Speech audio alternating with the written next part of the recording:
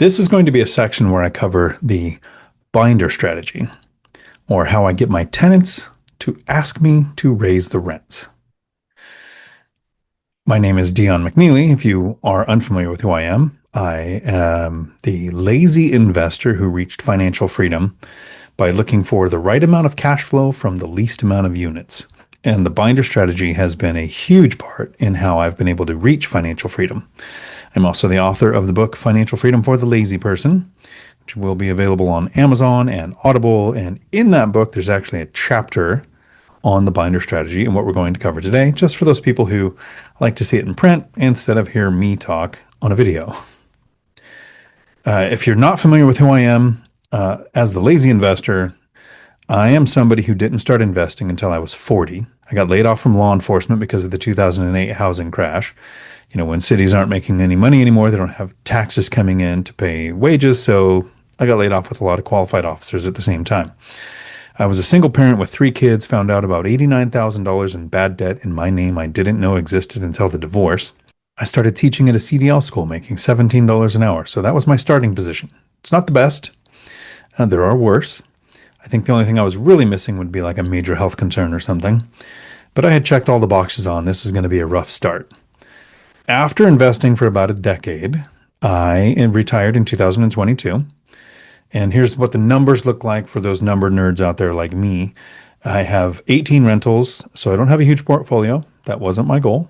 I understand some people have that goal. Mine was the right amount of cash flow from the least amount of units as the lazy investor.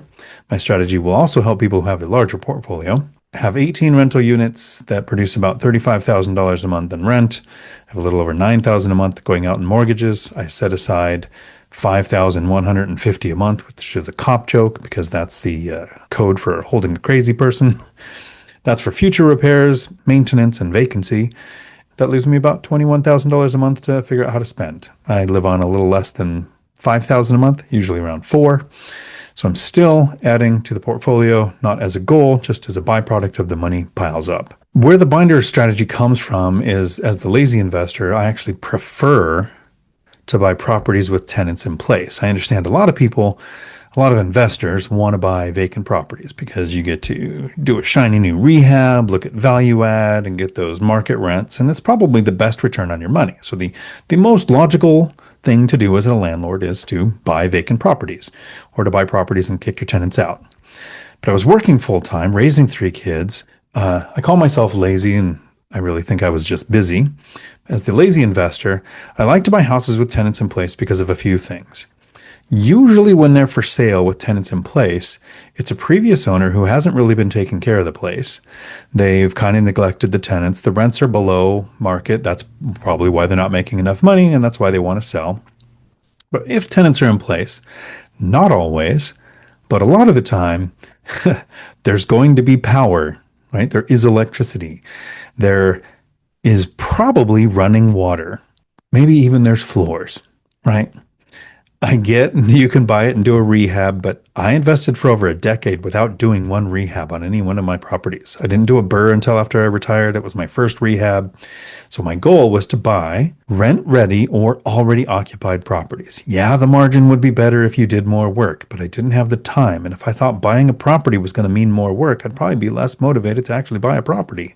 I wanted to put my money to work so that I didn't have to. I wasn't buying a job. So the goal with buying properties with tenants in place is that the rents are below area average. That's why I got a good deal. I eliminated competition. There's a lot of investors who only want to buy vacant, so they're out of the picture.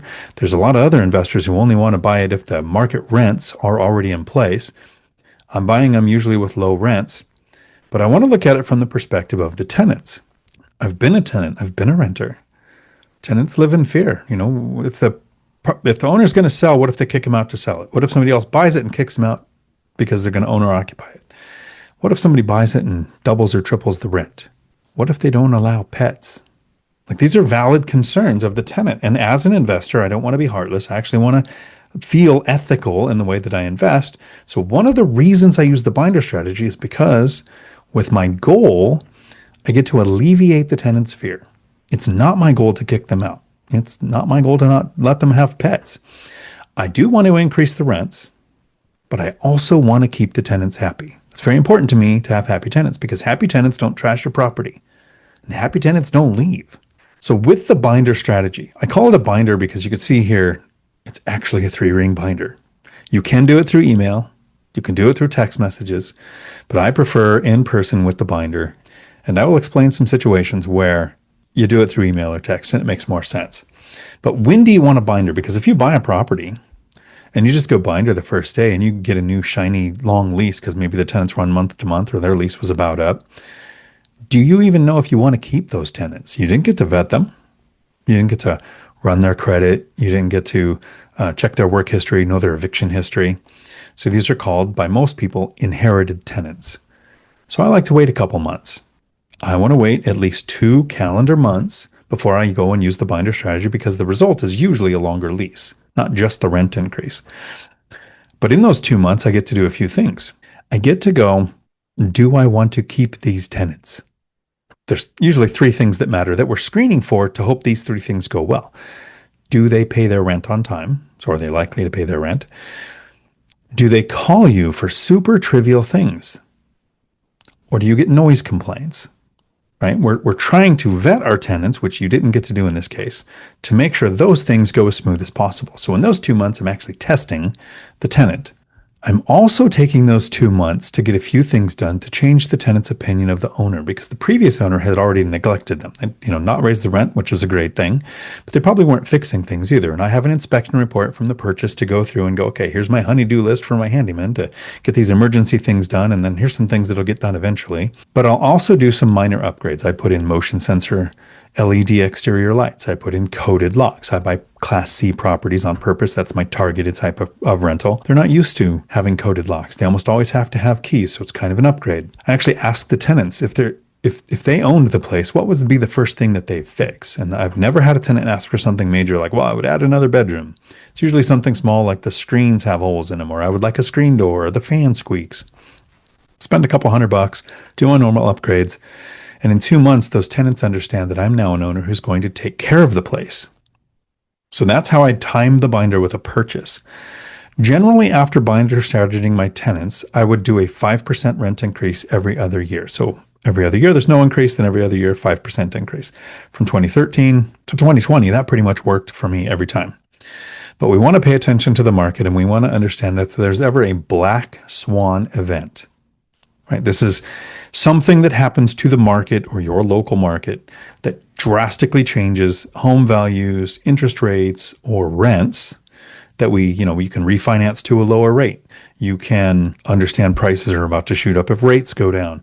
But when rents change, I will do something for a black swan event like 2020 when we had a pandemic, an eviction moratorium, or in 2021 when forbearance ended, or in 2023 in my state of Washington where I invest, rent control was threatened. So I went and binder strategied all of my tenants. That's actually the binder we're going to make together today in this video. So it's generally a couple of months after closing. I would not binder again unless there was a black swan event, unless rent control is initiated, which I'm going to cover later in this video as well. So that's when to binder.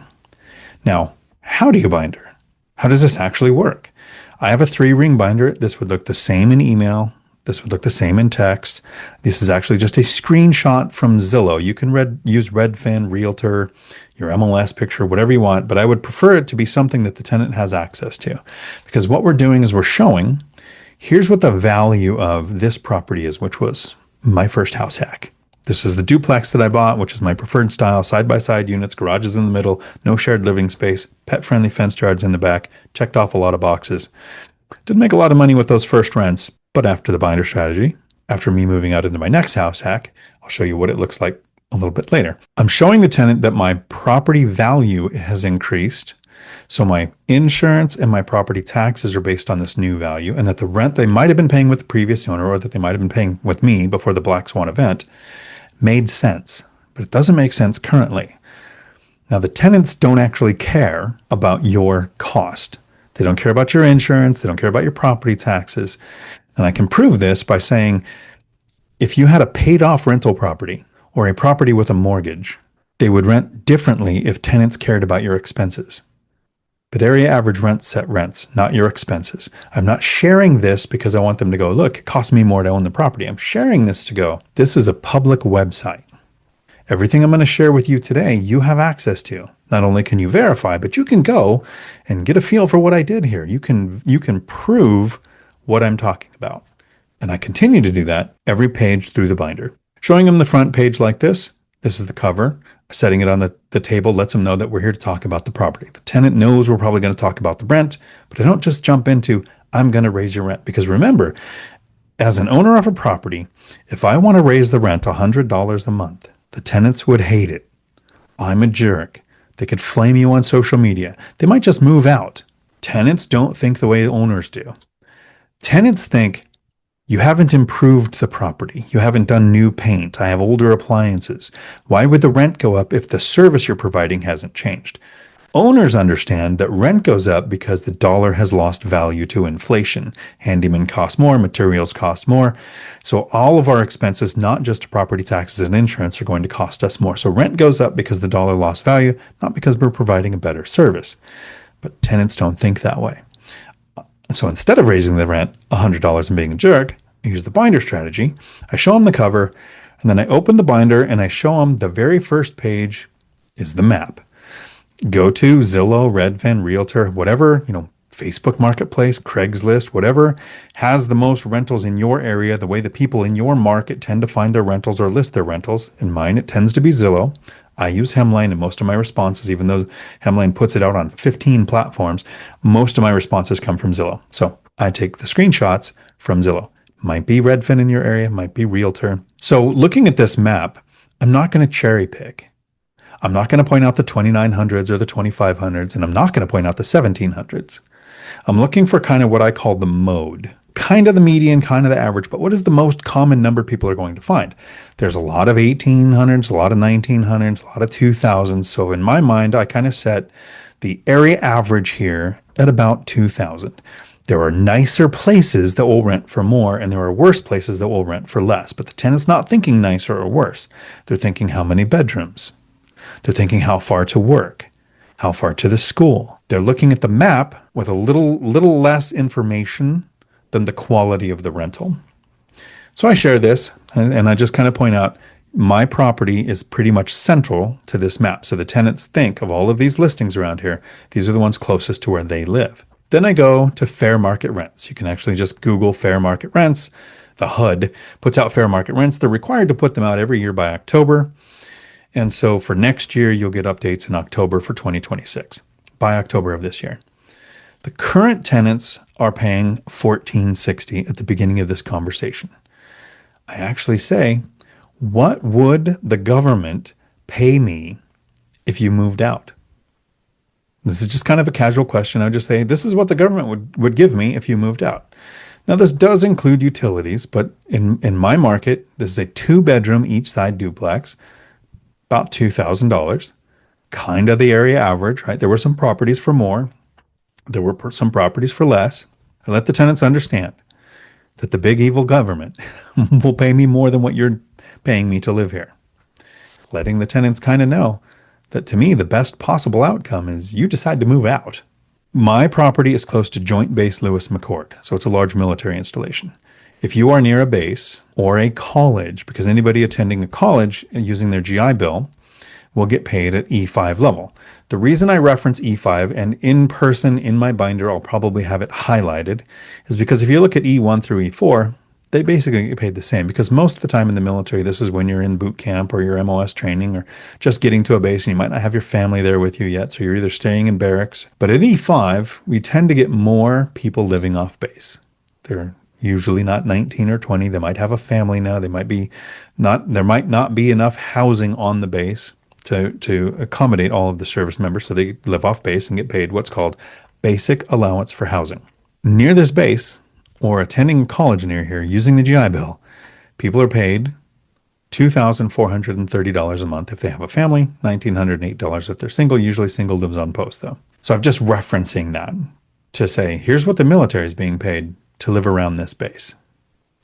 Then I'm actually going to try to compare as close as possible apples to apples listings from like I said, the most used platform in your market. Could be Redfin, could be Realtor, could be Zillow. With this one, if you look at the picture, it's not easy to tell that's a duplex. So I actually might kind of take my finger, touch the blue area and say, this is a duplex here close to where we are in Spanaway that's renting for $19.70 a month. It's 2-bedroom, 1-bath like the one that you're in. Apples to apples, as close of a comparison as possible. Then I'll pick some other ones. So the first one, the rent was $19.70. The second one's $19.60. So we're close to that $2,000 range. Again, I'm not cherry picking. I could scare the crap out of the tenant and show them the 2,900s or the 2,500s.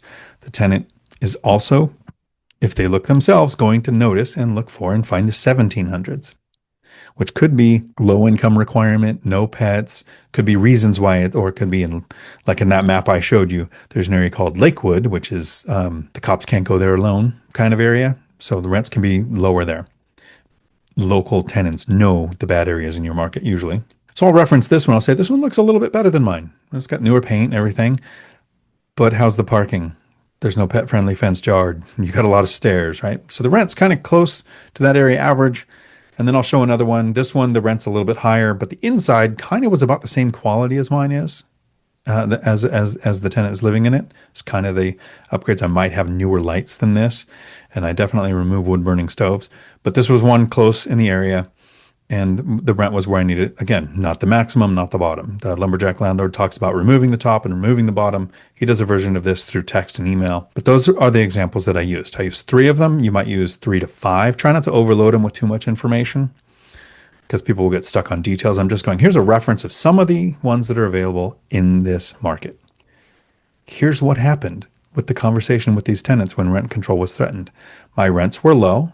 I'd been going up 5% every other year since they moved in. Area average spiked about 40% in 2021 to 2022. So it was a massive increase. Area average rents set rents. If the tenant moved out, my property is not super pretty looking. I don't have all of the best amenities. I'm not going to get that $2,500 rent for a 2-bedroom, 1-bath in this area. But I would get around $2,000. Section 8 would pay just under $2,000 because it would have to include utilities. I talked to the right tenant first. Understand your tenants. You'll know their situations. You'll know which ones to talk to. Because in a small multifamily, duplex, triplex, or fourplex, or even an apartment complex, tenants talk. And what I don't want is tenants to think, wow, there's a $300 difference between my rent and their rent, and our places are almost exactly the same.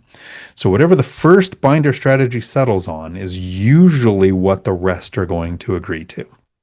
These tenants went to $1,790.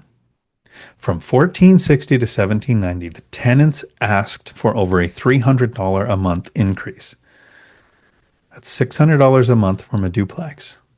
That's a lot of money per year, based on a 10-minute conversation where it took me 10 minutes to print out the information. I went to fair market rents. I went to the BAH. I printed out the screenshot from Zillow of the property. I looked up 3 to 5 rentals and captured screenshots. I put the binder together and I had a 10-minute conversation. If I raise the rent $100, I'm a jerk and I get flamed on social media and I probably have to deal with the tenant turnover. But I also feel like I just kicked someone out of their place because I raised the rent. Instead, I go and have this conversation. The tenant asks for the rent to go up. Sometimes they ask for it to go up too much. I've done a binder strategy with a lady who also had already been binder strategied, if you can make a verb out of that. And she did the research and came back much higher than I was comfortable with, the increase being for her. So I lowered it. She was happy. I was happy because it was still a big increase. I've had friends like I have a friend, Michelle, who's a local investor. Dan is a local investor. They've both told me times where they got a recommendation from the tenant and said, that's too much. Let's go a little bit less. Happy tenants, happy landlord. I have had tenants ask for too small of an increase. I've never had one ask for the rent to stay the same or for it to go down. But I have had one ask for, in a case like this, maybe for the rent to go up $100. Well, I just point out that, going from $1,460 to $1,560 does really sound fair to the tenant, but is it fair to me? How far off is $1,560 from $2,000? You can hold your hands up and make an example of it. You can draw lines on a piece of paper. This is a conversation. The tenant doesn't just recommend something, because after you show them all of this information, you actually show them the property, the map, fair market rents, BAH, Couple of examples. You ask the tenant what's fair. These tenants suggested that increase, and I agreed. I don't have tenant turnover. I got a bigger increase than I probably could have got myself if I just went and raised it myself. And I end with happy tenants. What do you do if you have Section 8? Because this is a diversification strategy that I use. I have about 1/3 Section 8, 1/3 military, and 1/3 working or retired. So in my portfolio of 18, I think right now I have 3 Section 8 tenants. I like to have at least 4. So my next ones, I might target a Section 8 tenant, legally finding a Section 8 tenant. But what do you do if you're dealing with the tenant and the housing authority? With Section 8, there's an order of operations. The first thing I do is I binder strategy the tenant. Your lease is between you and the tenant. What you have is a contract between you and the housing authority, an agreement. So I get the tenant to agree to the rent increase. I show them what BAH pays. I show them what the housing authority pays. I show them the comps. I tell the tenant, look, what makes sense. We come to a number. We agree on it. We sign a lease. In the lease is a caveat that says, this lease is pending the approval of the housing authority. Then with the housing authority, you do the work for the counselor. If you just call them and say, hey, the rent's going up $350 or whatever the increase is, they might say that's too big of an increase because it's a person sitting in an office and 350 sounds like a lot. Because their goal is to pay the smallest amount that they can, because in their mind, the smaller amount they pay to each tenant, the more number of tenants they can help. I understand the mentality. So I do the work for them. Show them that you're an educated landlord. Send the Section 8 Housing Authority a screenshot of the fair market rents for the state and the county, and maybe even the zip code, depending on how populated your area is, that your rental is in. Show them what BAH would pay. Show them the comps in the area that are going for more than what you're asking for. Once you've done the work for the counselor, you have a signed lease from the tenant. I had the housing authority tell me in one instance that $1,800 was the most they would pay for a rental that I had. I did the binder strategy with the tenant. We agreed to $2,200. I sent the information to the housing authority. Their limit was higher than $2,200. The comps were higher than $2,200. Housing authority agreed. The rent, it's now at $3,000 a couple of years later because rents have gone up more in that county. But I binder strategy them every time to get to that amount, because the counselor can't go to their boss and say, we really like this landlord. Can we give him an increase? But the counselor can go to their manager and say, here's the information. Here's what we'll pay. Here's what BAH pays. Here's the comps in the area. The landlord is not even trying to go to area average. They're just going up from where they were.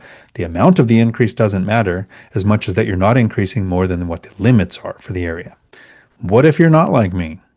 What if you have a property manager? What if you do want that bigger portfolio, or you're investing at a distance and it makes sense to have a property manager for you?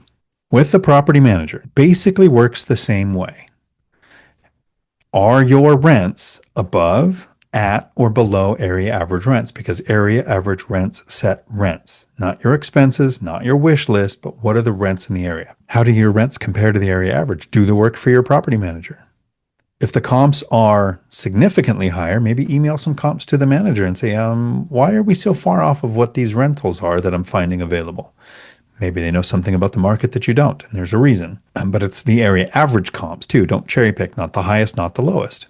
With a property manager, I like the lumberjack landlord's theory of you hire fast, or you hire slow, fire fast.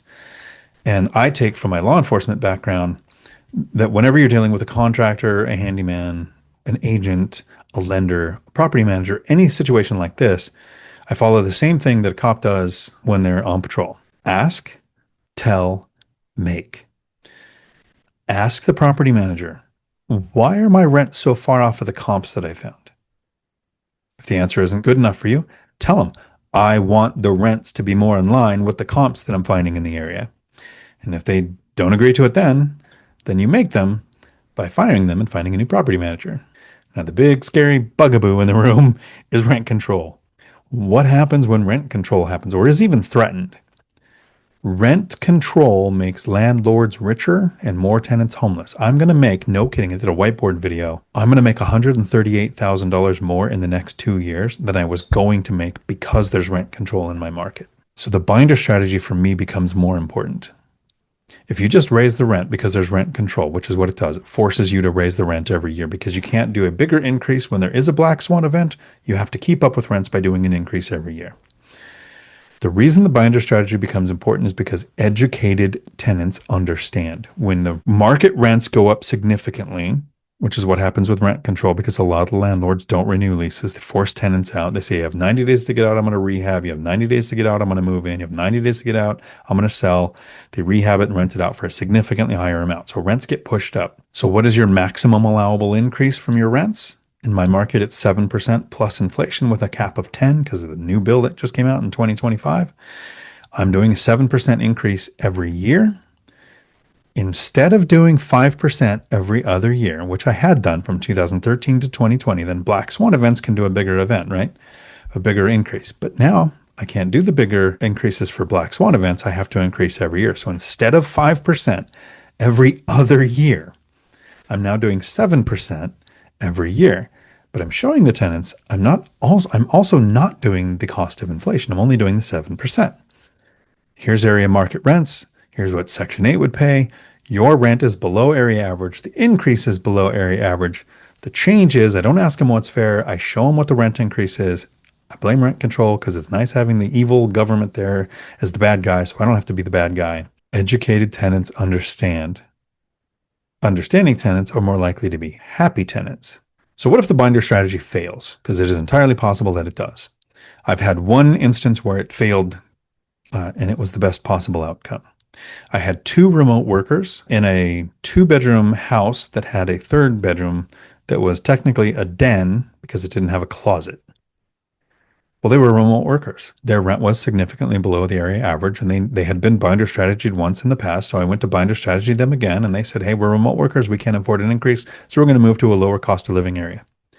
So they moved, I don't know, half a state away from us, which is good. They get to save money. They're remote. They can geo arbitrage and save money. I spent $700 adding a closet to a bedroom, and the place rented out for like $990 more, so almost $1,000 more than what I was getting. I didn't displace the tenant. They were educated. They were choosing to move because they understood they didn't want to pay more rent and then make $1,000 more a month. I didn't kick them out. I get to feel ethical, and now I get market rents. Not only do I get market rents, but I get market rents for the 3rd bedroom, which was significantly more than even a binder strategy would have went. Because a good binder strategy or a good rent increase would have had them there. They were in a 2-bedroom unit when I bought the place. Not really fair to go and add a closet to a bedroom and tell your tenants, you now live in a 3-bedroom. Most investors would kick the tenants out, put the closet in, and make more money. I totally understand mathematically that makes the most sense. But I like to sleep feeling like I haven't ripped anybody off. Happy tenants don't trash your property. Happy tenants don't leave. And happy landlords don't quit. It doesn't matter to me if you were looking for a massive portfolio with hundreds of units, or if you just want enough cash flow to be financially free. Your life is easier if your tenants are happy. Your life is easier if you get better cash flow without having to do rehabs and giving up your time and energy and effort to do all of those extra things to rehab the unit, advertise the unit, screen the tenants, when you can sometimes keep the tenant in place, get a bigger increase than you would ask for, and have happy tenants.